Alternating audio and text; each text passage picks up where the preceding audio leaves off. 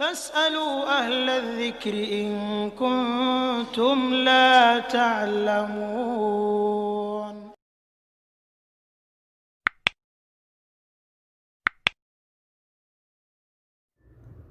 Assalamualaikum warahmatullahi wabarakatuh. Alhamdulillahi rabbil alamin. Wassalatu wassalamu ala nabiyyina Muhammad wa ala alihi wa ashabihi wa man tabi'ahum bi ihsanin ila yaumiddin. Saudara-saudara seiman dan seislam yang semoga dirahmati oleh Allah Azza wa Jal, di antara sesuatu yang sering tersebar di beberapa koran ataupun majalah, dan itu merupakan kemungkaran, adalah ramalan yang berhubungan tentang bintang dan kelahiran seseorang, yang itu disebut dengan at-tanjim dalam istilah agama kita. At-tanjim yaitu ramalan ya yang berkaitan dengan bintang dan kelahiran seseorang, kemudian nasibnya seperti ini, kejadiannya seperti ini. Ini masuk dalam kategori at-tanjim dalam istilah agama kita, yang mana yang itu berhubungan dengan ramalan akan terjadinya atau peristiwa sesuatu di masa yang akan datang, nasib dan seterusnya bagi seseorang yang itu dilahirkan misalnya di bulan sekian dengan bintang sekian dan seterusnya. Bintang ini dengan istilah-istilahnya yang saya sendiri tidak hafal itu bintang-bintang tersebut. Mungkin sering kita dengar dengan istilah zodiak ya, mungkin itu istilah zodiak. Ini merupakan sebuah kemungkaran yang mungkin banyak di kalangan kaum muslimin ketika mendapati hal itu di koran ataupun majalah itu hal yang biasa. Mereka mungkin tidak faham bahwasanya hal ini adalah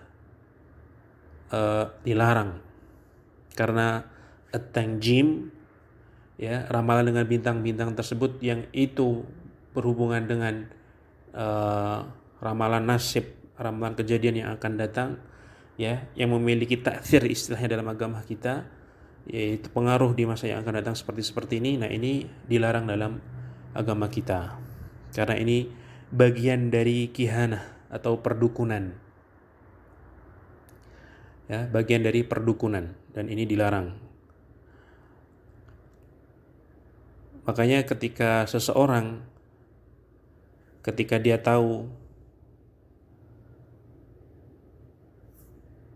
dia lahir di bintang ini misalnya, dan dia ingin tahu bagaimana nasibnya ke depan ya, atau bulan ini nasibnya bagaimana, atau bulan kapan nasibnya bagaimana dengan bintang tersebut, dia buka koran itu atau majalah itu dan dia baca, maka ini sangat dikhawatirkan masuk pada hadisnya Rasulullah SAW yang menyatakan bahwasanya seseorang itu jikalau mendatangi dukun kemudian bertanya, maka tidak diterima sholatnya selama 40 hari, selama 40 malam.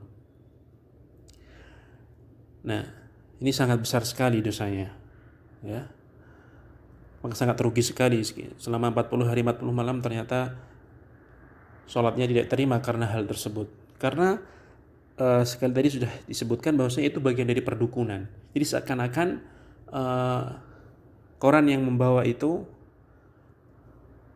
ya, zodiak itu adalah hasil dari ramalan dukun itu ya, ahli dukunnya itu.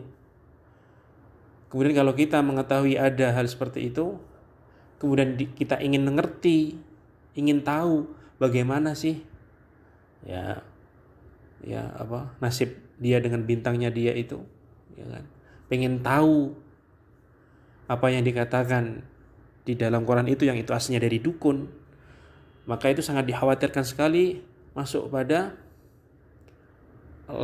larangan yang tertera dalam sebuah hadis dari Rasulullah SAW, bahwasanya barang siapa yang mendatangi dukun kemudian bertanya, maka tidak diterima sholatnya selama 40 malam. Itu kalau dia sekedar ingin tahu dan tanya, ingin tahu bagaimana ramalan dia itu, ya, melalui zodiak-zodiak yang tertera pada koran-koran atau majalah tersebut. Yang berbahaya lagi ketika dia mempercayainya. Nah, ini nanti bisa masuk ke hadis yang lain yang lebih yang lebih